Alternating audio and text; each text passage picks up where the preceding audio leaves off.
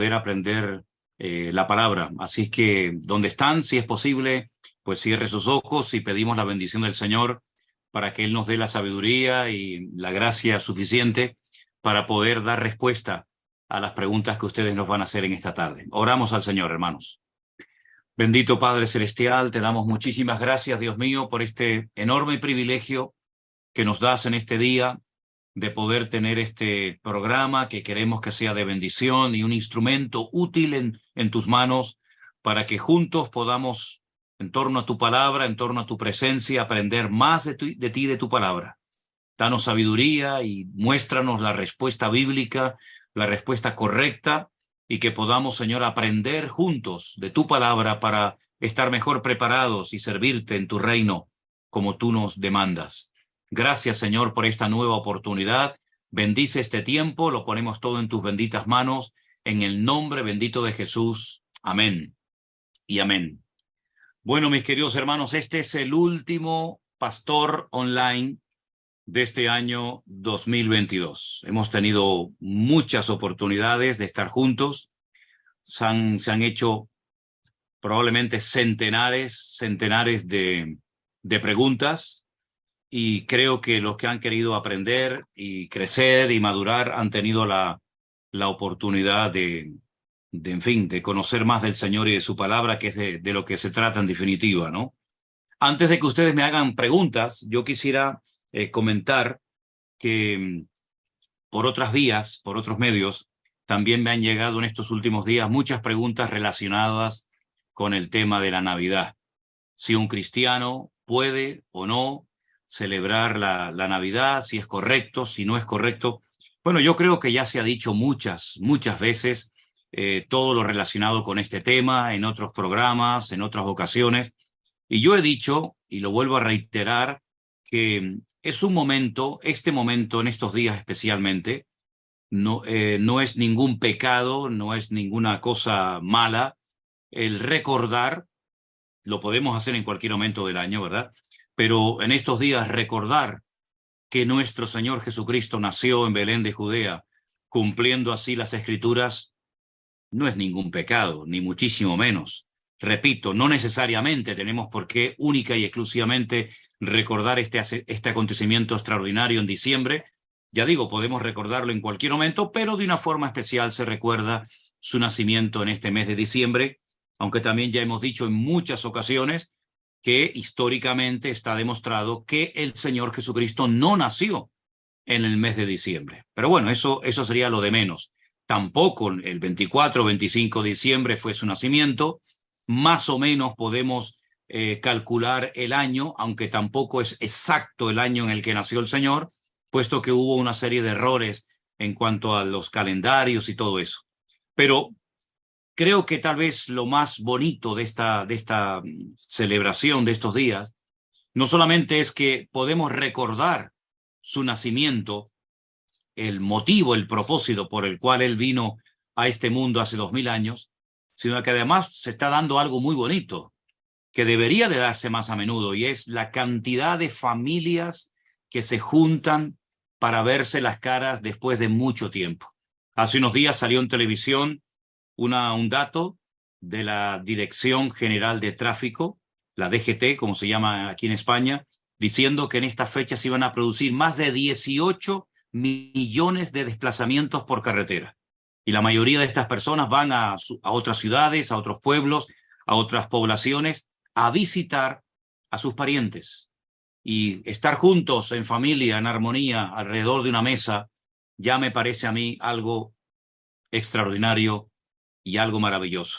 Que no solamente se aprovechen estas épocas del año para visitar al abuelo, a la abuela, a los padres, a los tíos, a los sobrinos, sino que también cultivemos pues esta hermosa costumbre de vernos, de visitarnos, de estar alrededor de una mesa, y más si somos cristianos y podemos incluso aprovechar la oportunidad para orar juntos, para reflexionar en torno a la palabra, en torno a todo lo que sucedió hace 2000 años. Eso por una parte, ¿no? Ahora ya el tema de los adornos, del arbolito, y esto yo ahí ni entro ni salgo, porque yo creo que ya somos mayorcitos, ¿verdad? Y hay suficiente información para saber la procedencia, el origen del 25 de diciembre, del arbolito, y si no, pues mire, muy fácil, si usted está interesada en saber más de este tema, ahí en Google, en Internet, tiene toda la información que quiera y después usted obre en conciencia, ¿de acuerdo? Pero ya digo, lo importante es que hagamos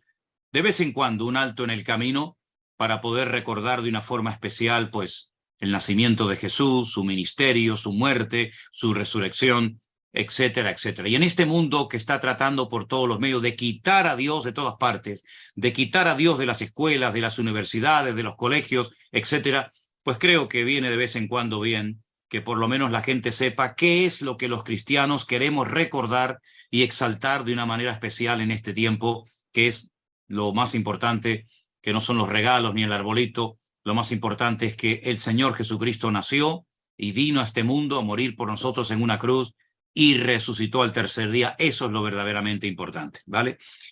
Y quiero también decir que hay algunos hermanos que me han dicho, bueno, ¿qué relación tiene la fiesta judía de Hanukkah con la Navidad? Ninguna. No tiene absolutamente nada que ver. La fiesta de Hanukkah, que es una fiesta judía, no tiene absolutamente nada que ver con la Navidad, ni con la iglesia, ni con el cristianismo, y muchísimo menos con el Señor Jesucristo. Es una fiesta judía que no dice la Biblia que hay que celebrarla, me refiero al pueblo de Israel. Es algo que ocurrió en el tiempo de los griegos, antes del Señor Jesucristo, y ya digo, aunque se celebra más o menos en esta fecha, no tiene absolutamente nada que ver la fiesta de Hanukkah con la Navidad ni con el nacimiento de Cristo. Así que no mezclemos una cosa con otra, porque entonces vamos a estar mezclando cosas que no se tienen por qué mezclar.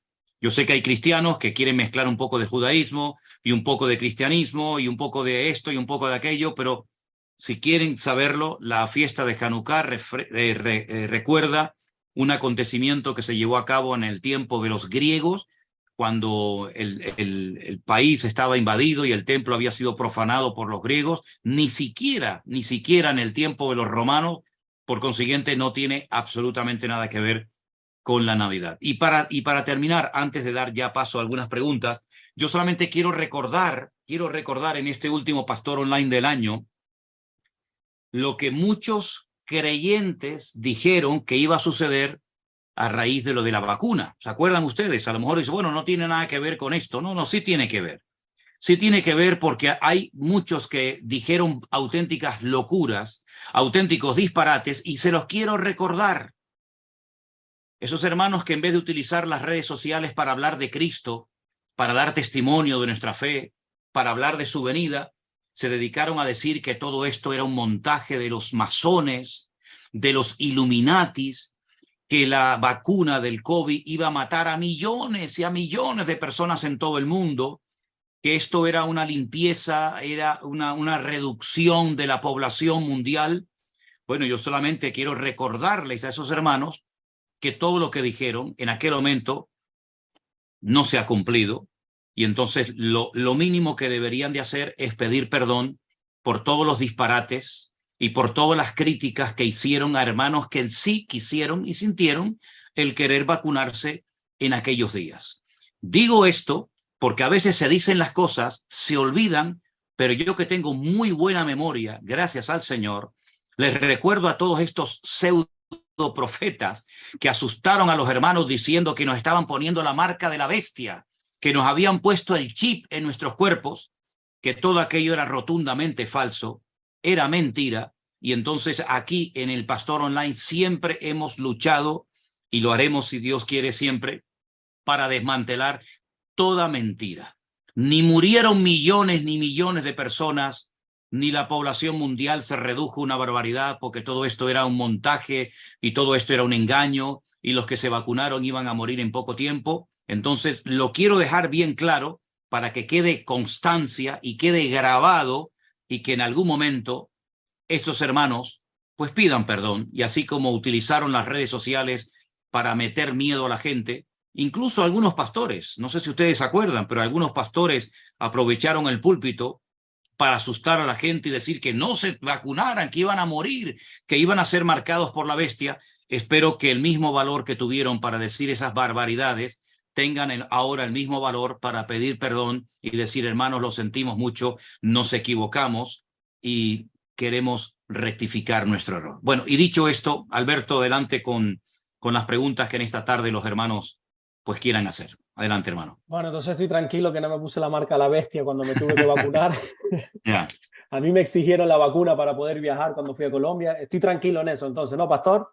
Sí, no, y no solamente tranquilo, sino que además también se dijo, yo lo oí y me lo dijeron personalmente, que los hombres que se dejaran vacunar se iban a comportar como mujeres. Uy. Y las mujeres se iban a comportar como hombres. Y yo le dije a este caballero que me dijo esas palabras en aquel momento, que no hace falta que algunos se vacunen para comportarse como mujeres, que eso ya se viene haciendo hace mucho tiempo, y que no hace falta que las mujeres se vacunen para comportarse como varones, que ya también hace muchos siglos que esto se está dando, y sobre todo aquí en este continente europeo, ¿no? Por lo tanto, vamos a ser un poquito serios, un poquito maduros, y no vamos a estar utilizando las redes sociales para decir tonterías y disparates, sino vamos a utilizarlas, por ejemplo, para esto, para hablar verdades, para hablar de la palabra del Señor y para responder a preguntas que el pueblo de Dios tiene, que para eso el Señor, yo creo, que ha dado estas redes sociales y estos medios para difundir el evangelio y para que miles de personas se conviertan, como gracias al Señor en este 2022 ha sucedido. Así mismo, a veces desgraciadamente somos portadores de malas noticias en vez de buenas noticias, pero bueno, vamos a lo que nos interesa, son estas preguntas. Nuestra hermana Fania Karina va a ser la primera en preguntar, así que quita el micrófono si puede ser y cuando quiera. Sí, buenas tardes, Dios los bendiga. Gracias, pastor. Estoy desde Florida, Miami, y tengo dos preguntas. La primera es cuando en Números 12:1 dice: María y Aarón hablaron contra Moisés a causa de la mujer cusita que había tomado, porque había tomado mujer cusita. ¿Se refiere a Sípora? Vamos a ver, la esposa de Moisés era de origen africano, era de piel negra, ¿sí?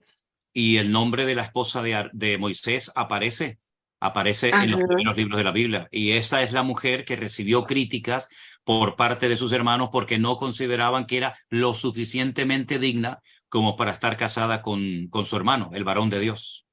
No, entonces esta cusita es, sí, es Etiopía. El país de Cus es el actual país de Etiopía hoy en día.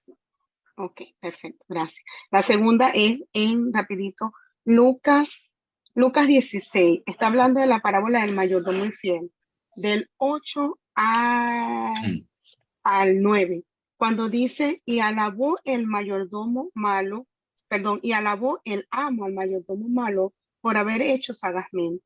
Él venía haciendo trampa porque alteró los, usted se la conoce, alteró los datos. Entonces después dice: porque los hijos de este siglo son más sagaces en el trato con sus semejantes que con los hijos de luz. Los hijos de luz se refiere a los hijos de Dios, ¿verdad? Claro. Ajá, entonces después dice: y yo os digo, ganad amigos por medio de las riquezas injustas, para que cuando éstas falten, os reciban en las moradas eternas. ¿Moradas eternas a qué se refiere? ¿Al cielo? La presencia de Dios, claro, la eternidad. Pero entonces, ganar amigos por medio de las riquezas injustas no estaría bien. Entonces, para cuando éstas falten, cuando ya no las tengas, puedas ir al cielo. Sí, parece que la parábola nos incita a ser tramposos, ¿no? Ajá. No, aquí lo que se está exaltando y lo que se está tratando de poner en valor es el hecho de que tenemos que utilizar la cabeza, incluso hasta los inconversos. El Señor les dice: mira, vamos a ver, ustedes no son hijos de luz, ustedes son hijos de las tinieblas. Si ustedes han ganado dinero y ustedes han hecho fortuna y han emprendido empresas y han hecho negocios a través de vuestros negocios, incluso a veces utilizando la injusticia, utilizando cosas erróneas, lo que tienen que hacer, así como han sido listos y astutos para hacer estos negocios y ganar dinero, tengan la misma destreza para hacerse buenas amistades. No sea que cuando les falten las riquezas y el dinero, ustedes se vean sin amigos, sin riquezas, sin recursos y sin nada en la vida.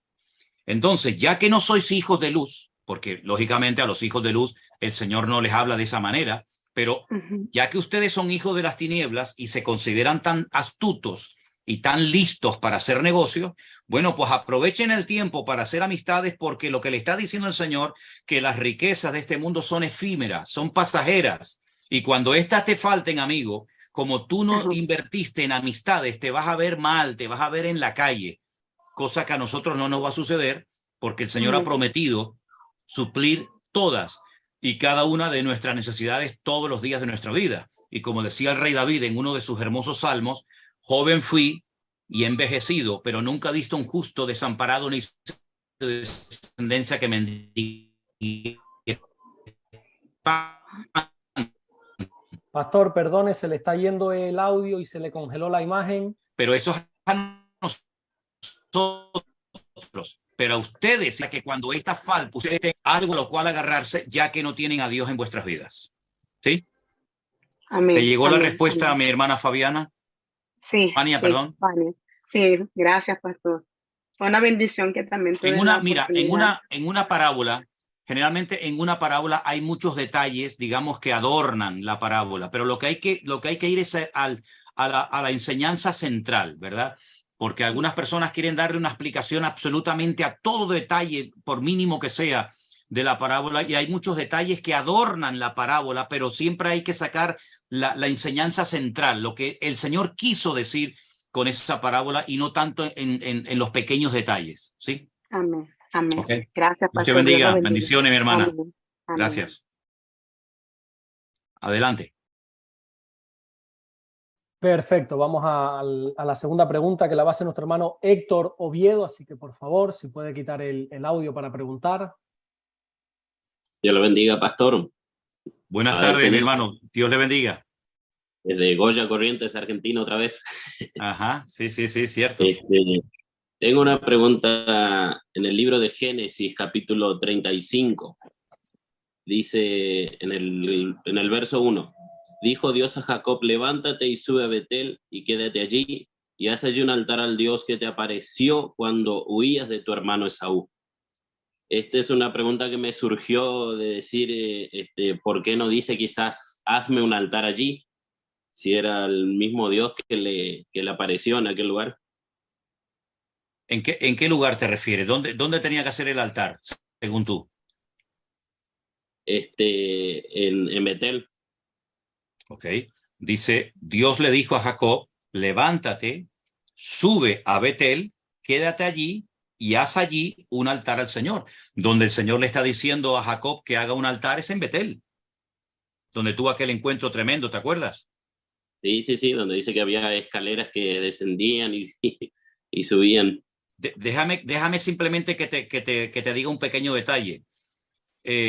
Cuando se cita ese pasaje donde Jacob tuvo un sueño, la Biblia no dice, es que el orden es muy importante en esta historia. La Biblia no dice que ángeles bajaban y subían, lo dice al revés. Dice que ángeles subían y bajaban. Parece algo insignificante, pero es muy interesante este detalle, ¿no? Ahora, fue en el Betel donde el Señor le dice a Jacob que tiene que levantar un altar para que él recuerde que fue en aquel lugar, en la casa de Dios, en la casa de luz, donde él tuvo un encuentro tremendo con el Señor, y en aquel sueño el Señor le mostró cosas muy importantes que él tendría que recordar el resto de su vida. Es decir, que vete a Betel, quédate allí y allí levanta un altar. Y allí fue donde tuvo también aquel encuentro tremendo, cuando, bueno, después sabía que se tenía que encontrar nuevamente con su hermano Esaú, un encuentro que le causó mucho temor, porque su hermano Esaú, sabes que años atrás había decidido matarlo, cuando su padre muriera. Amén. ¿Sí? Sí, pastor. Otra preguntita más, si puede ser. ¿Cómo no? En el libro de Primera de Juan, el capítulo 5, el verso 16-17, cuando habla ahí de pecado de muerte y pecado de no muerte, ¿a qué se refiere? Sí, bueno, hemos hablado en otras ocasiones de que en la Biblia hay, digamos, como muchos tipos de pecado, ¿no? Hay pecados que dice la Biblia que son pecados contra tu propio cuerpo. Habla acerca del pecado de fornicación, de adulterio, ¿verdad? Hay pecados que abren puertas para ciertas y determinadas enfermedades. Y hay un pecado que la Biblia lo denomina, Juan lo llama así, pecado de muerte, por el cual yo no digo que se pida. Entonces, esto tendríamos que interpretarlo, tendríamos que ir a otros textos de la Biblia donde se habla más ampliamente y se nos da más información acerca de este tipo de pecado. Esto tiene que ver con lo que Jesús enseña en los evangelios, la blasfemia contra el Espíritu Santo o el pecado contra el Espíritu Santo, que está, creo que, muy bien explicado en la carta a los hebreos, ¿verdad? El que pisoteare la sangre de Cristo, el que después de haber gustado el don celestial y fue iluminado por el Señor, vuelve atrás, etcétera, etcétera, ¿verdad? Ese es el pecado al que Juan está haciendo referencia en su carta, en su primera carta, el pecado de muerte, el pecado por el cual no hay perdón porque no hay arrepentimiento. Esa es una de las características que experimenta la persona que ha cometido este pecado, que no se arrepiente, que no pide perdón. Y como no se arrepiente, evidentemente no puede ser perdonado. Ese es el pecado de muerte por el cual dice Juan, no digo que se pida. Sin embargo, por otros sí dice que se pida, ¿no? El hermano que hubiere cometido pecado, pues oren por él y el Señor lo perdonará, pero por este no, porque este es el máximo nivel de pecado que una persona puede llegar a cometer en esta vida. Y en la carta a los hebreos se habla muy claramente acerca de el que peca deliberadamente después de haber gustado el don celestial. Ese es el pecado del cual habla Juan en Primera de Juan. Amén, pastor. Dios lo bendiga. Dios te bendiga. Saludos por Argentina y enhorabuena a los argentinos. Muy bendiciones. Bien. ¿Podría explicar un poquito, pastor, el tema de esa pequeña diferencia que usted ha dicho ahora de los ángeles que suben, que bajan? Que no es lo mismo que bajen y que suban, sino que suban y que bajen. Porque es verdad, lo estaba leyendo y dice que suben primero, ¿verdad? Exactamente. Si bajan, es porque no estaban en la tierra. Si suben, es porque ya estaban en la tierra. Es decir, en la vida de Jacob hay muchas características típicas de la vida de él, ¿no? Es una vida de mucho sufrimiento, una vida dura, una vida muy difícil. No fue como la vida de su padre Isaac, que prácticamente se lo encontró todo hecho. Jacob es el hombre que está peleando prácticamente desde el vientre de su madre. Fíjate, Alberto, que cuando llega a Egipto y el faraón le dice, ¿cuántos años tienes? Y le dice, tengo pocos y malos. Y habla de 147 años. En la vida de Jacob, los ángeles parece que lo perseguían a todas partes, ¿no? En la vida de Jacob, los ángeles están de una forma muy notoria. Entonces, Jacob tiene que entender que esos ángeles ya estaban allí y lo único que hacen es que suben y luego a continuación bajan. Es decir, como para decirle, la protección de Dios no se ha ido de tu vida. No es que tiene que bajar la bendición porque no la tienes, sino que como la tienes, esa bendición ya la tienes, y entonces el hecho de que suben y bajan, hablan de que la protección de Dios siempre estuvo con él, desde pequeño hasta el final de sus días, ¿no? Hay un hotel en Israel, en Jerusalén concretamente, donde nos hemos quedado esta última vez que fuimos con los grupos, que en la puerta del hotel, en la puerta del hotel, hay una figura que se ve, es todo en bronce, ¿no? Hay un hombre tumbado, durmiendo, y hay una escalera por donde se ven ángeles que suben y bajan, y esa escalera tiene la forma del ADN del ser humano. Sabes que el ADN tiene una forma, sí. Y entonces aparece el ADN y por ese ADN suben y bajan ángeles. Es algo muy, muy, muy interesante todo esto, ¿no? Qué bonito. No me había percatado nunca de ese detalle. Sí, sí. Bueno, vamos con la siguiente pregunta. La va a hacer nuestra hermana Julia. Le voy a pedir que quite el micrófono, por favor. Buenos días, pastor. Le estoy dando buenos días porque estoy desde Portland, Oregon. Ajá. Solamente me siento muy emocionada y muy bendecida de poder hablar con usted. También quiero que sepa que hay muchos aquí en Oregon que lo seguimos y se sienten bendecidos de poder estarlo hablando con usted hoy. Gloria a Dios. Pues no sabía que había hermanos allí en Oregon que nos estaban siguiendo. Dios les bendiga y saludos de mi parte. Muchísimos, pastor. Hay muchísimos que todos hablamos de usted cuando queremos preguntas. Ya sabemos a dónde ir para encontrar la respuesta. Muchas gracias por bendecirnos y bendecimos su vida porque el Señor lo ha usado bastante en todos los que hemos oído, pero sobre todo en mí. El Señor ha sido muy bueno. en usarlo a usted para mi vida. Yo tengo muy poco tiempo de cristiana. Ajá. Y el Señor fue muy misericordioso conmigo. Gloria y ojalá a Dios, un día qué venga, bueno. ojalá un día venga aquí a Portland. Bueno, cuando Dios quiera, hermana, cuando Dios quiera. Tengo mucha familia en Veracruz, México, y también todos Ajá. por allá lo escuchan, y tengo una hija de 30 años que quiere ir a Jerusalén y su sueño es ir un día con usted. Lo tenemos planeado para dentro de 2 años. Gloria a Dios, qué bueno. Bueno, si Dios quiere y estamos aquí en esas fechas, intentaremos ir juntos. Primero Dios. Amén. Bueno, pastor, mi pregunta, yo fui católica y siempre los católicos se han agarrado del versículo de Mateo 16, 16, donde dice que las llaves. Tú eres Pedro, y dice, entonces le respondió Jesús: bienaventurado eres Simón, hijo de Jonás, porque no te lo reveló carne ni sangre, sino mi Padre que está en los cielos. Yo también te digo que tú eres Pedro, y sobre esta roca edificaré mi iglesia, y las puertas del Hades no prevalecerán contra ella, y a ti te daré las llaves del reino de los cielos.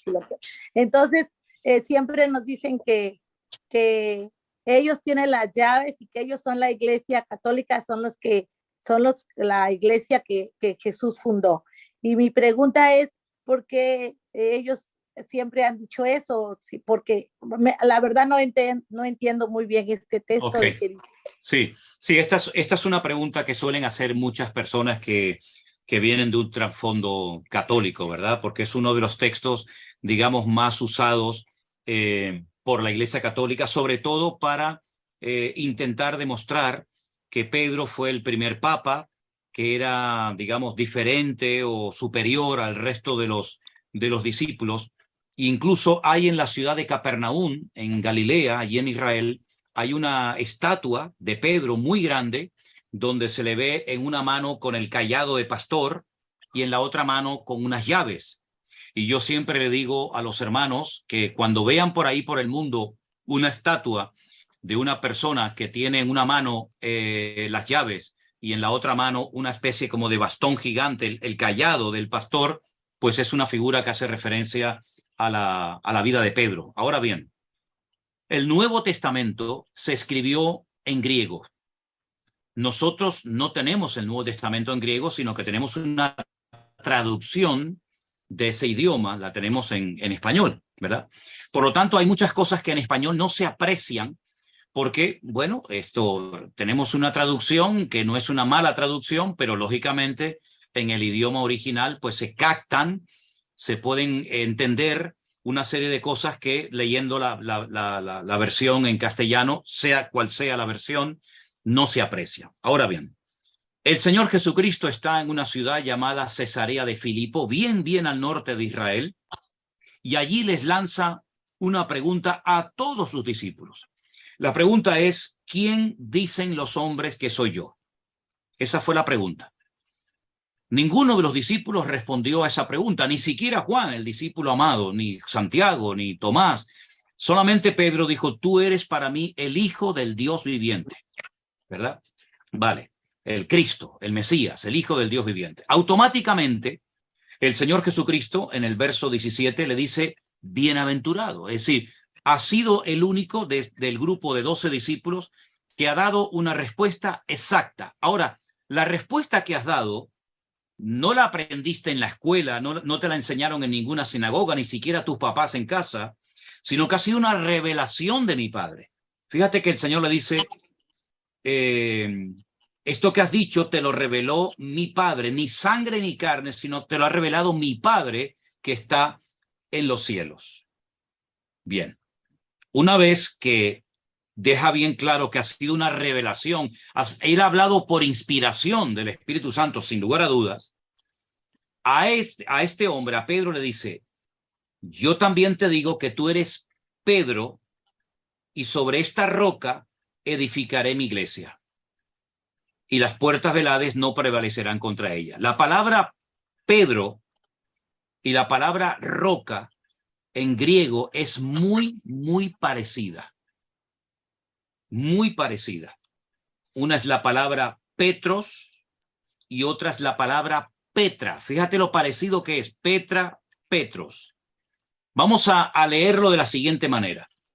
Yo te digo que tú eres Pedro, y sobre esta declaración, que es una auténtica roca, un fundamento tremendo, sobre esto que acabas de declarar, sobre esto que acabas de decir, yo edificaré mi iglesia.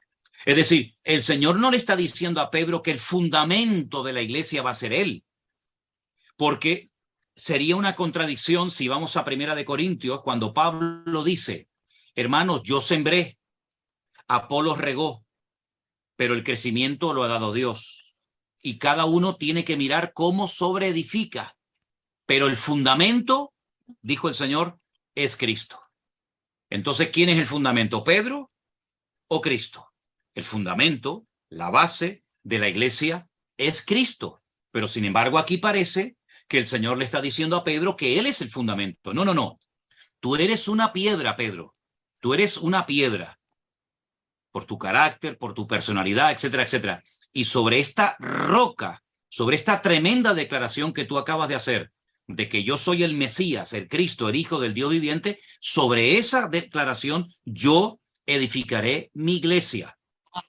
Eso tiene que quedar claro, que el fundamento de la iglesia no es un hombre, es Cristo, es la roca, la que le da estabilidad a nuestra vida. Pero es que hay más.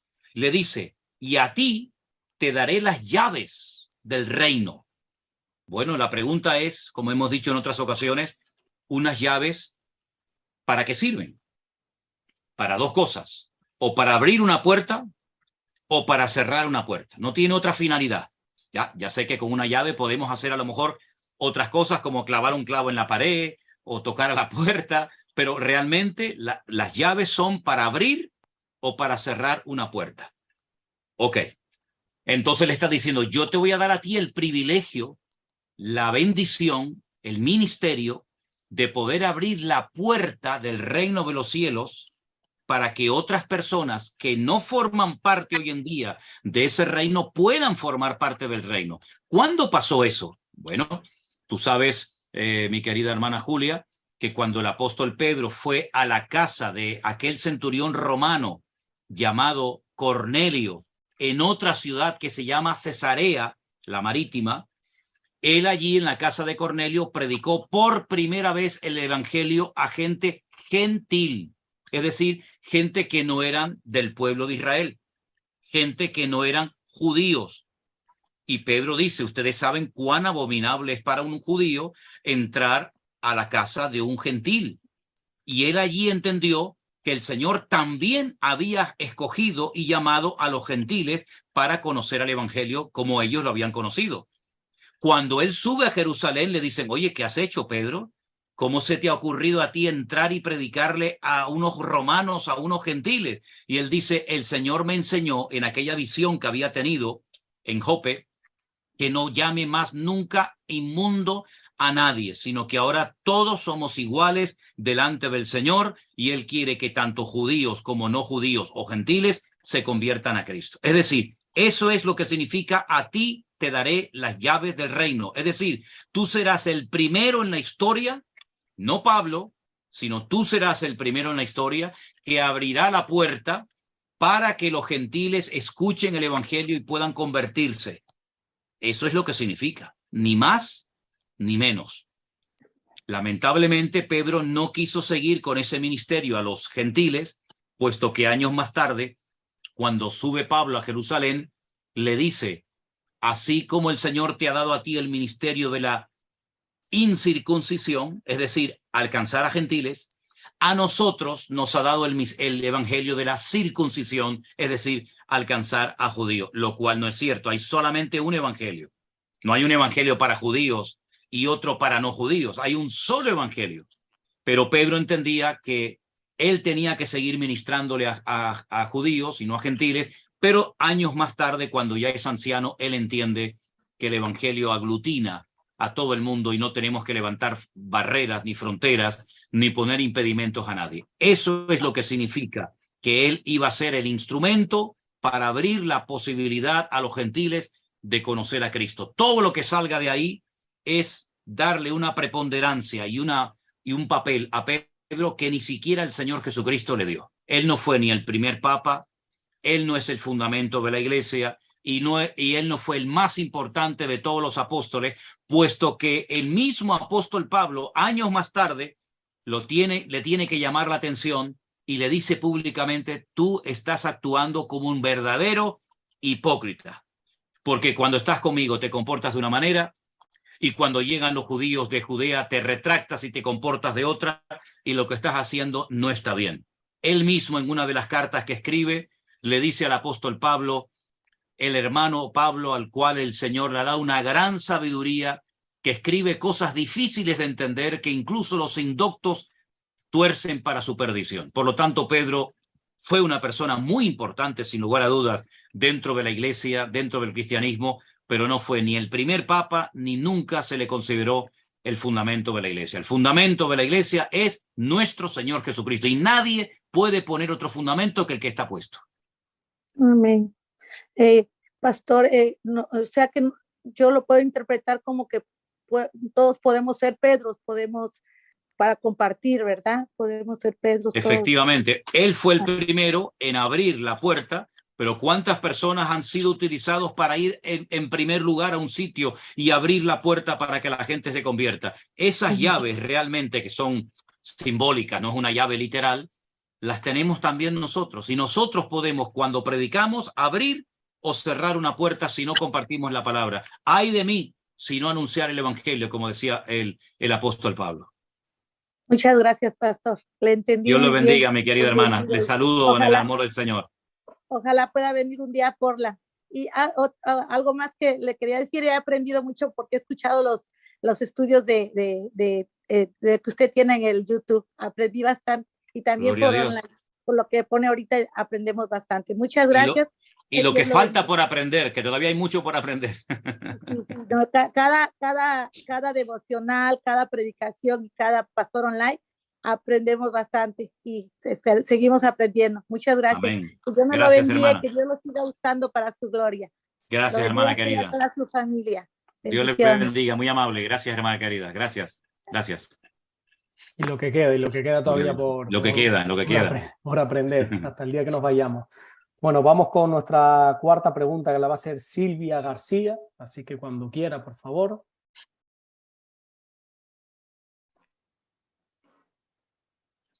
Ya está. Ahí. Buenos días, pastores. Buenas noches, hermana. Buenas noches. Para nosotros aquí estamos al revés, estamos al revés. Nosotros estamos hablándole desde Sacramento. Ajá. No sé si por allá se recuerda de nosotros, lo vimos en San Francisco. Sí, señor. Es que les estoy mirando atentamente. Yo digo, a estos hermanos creo que yo los conocí. A nuestros dos hijos, ¿se acuerda de Daniel y de Alison? Sí, señor, sí, señor. Claro que me acuerdo perfectamente, hermano. Qué bendición conocerles o verles otra vez. Igualmente, el gusto es de nosotros, pastor, que Dios los siga usando. Estamos viendo también para ver si podemos ir otra vez a verlos en marzo. Creo que en marzo viene. ¿Usted está en San Francisco? Sacramento, California, pero está cerca ya. Sí, está cerca, cierto. Sí, mire, yo voy a estar el último fin de semana de febrero en Florida, y el primer fin de semana de marzo estoy en Las Vegas. El segundo fin de semana de marzo estoy en San Francisco. Ok, perfecto. Sí, señor. Bueno, pastor, mi pregunta es, yo tengo un versículo aquí que yo lo escuché hace varios tiempos, no me acuerdo cuánto tiempo, pero ese versículo es de Primera de Crónicas 4:10. Y en ese versículo dice, es una oración de Jabes. Sí, exactamente. Que elevó el Señor. Entonces, yo me la aprendí de memoria, yo la sé de memoria. Qué entonces, pero yo fui al comentario, y de mi Biblia que tengo, tiene comentario, y allí dice, se lo voy a leer. Ok. Dice, Jabes elevó una oración personal y pidió a Dios su bendición. Deseaba tener más tierras, que la mano de Dios le protegiera del mal y que lo librara de perjudicar a otros. y entonces dice, este pasaje no sugiere que debemos repetir esta oración, mucho menos que la empleamos como una fórmula para recibir bendiciones. La oración de Jabes debería sernos de ejemplo por su sinceridad y fervor. Pero esa oración me cayó, pero bien, cuando mi esposo andaba muy terco a quererse comprar algo que tuviera terreno. Y entonces yo escuché esa oración y dice, oh, si me dieras bendición y ensancharas mi territorio, y si tu mano estuviera conmigo y me librara del mal para que no me dañe. Y entonces yo hacía esa oración porque yo lo miraba a él, que él quería eso. Y entonces yo la hacía, y después yo fui allí y dije, pero el pastor dijo que nosotros podíamos hacer esa oración, porque hay muchas cosas aquí de la Biblia que no nos las debemos de tomar nosotros. Ajá. Y hay cosas que sí, como usted lo ha dicho todo el tiempo, que es aquí. Entonces, yo leí esto y yo dije, pues yo voy a seguir con esa oración. Un día Dios nos lo respondió y yo dije, gloria a Dios, ahora él tiene su terrenito. Gloria a Dios. Entonces él, esto es nuevo para él no sabía de esto.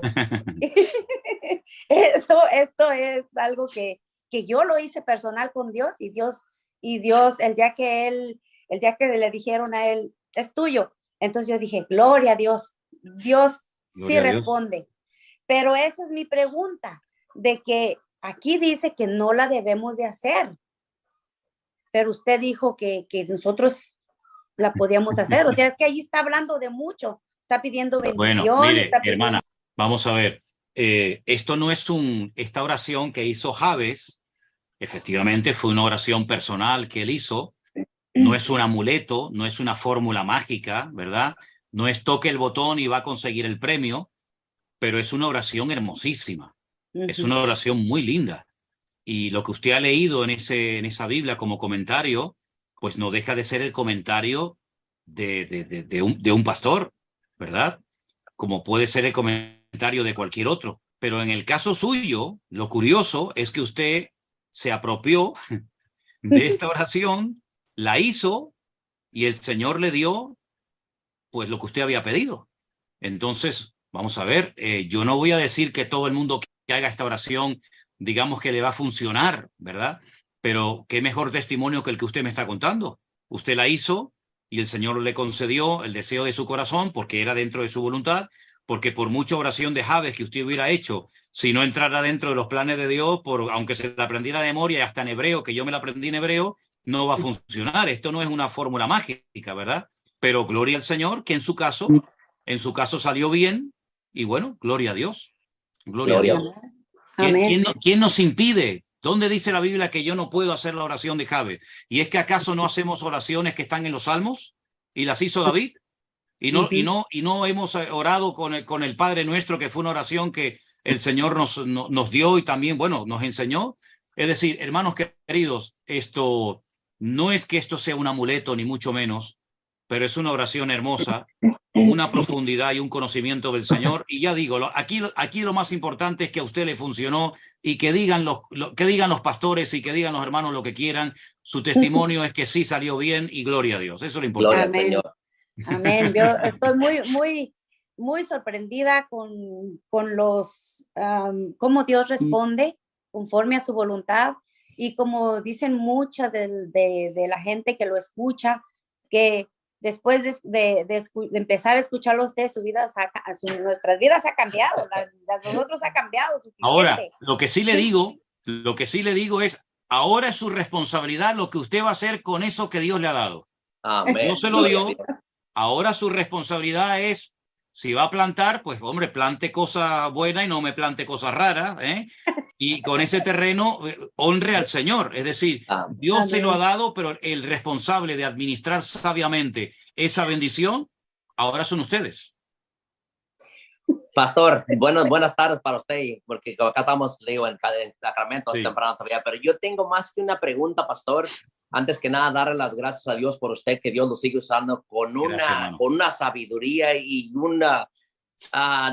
como si dijera, un desenvolvimiento de la palabra de Dios que hasta hoy, desde hace, como dice usted, bendita pandemia. Mucha gente dice maldita pandemia, pero digo yo, bendita pandemia que vino, y gracias a eso que teníamos más tiempo y estuvimos en la casa buscando a ver un pastor que se apegara a la palabra de Dios, y como dice usted, que no se aparte ni un milímetro de lo que es la Biblia. Así es. Y gracias a Dios, Dios lo puso en nuestro camino, ¿no?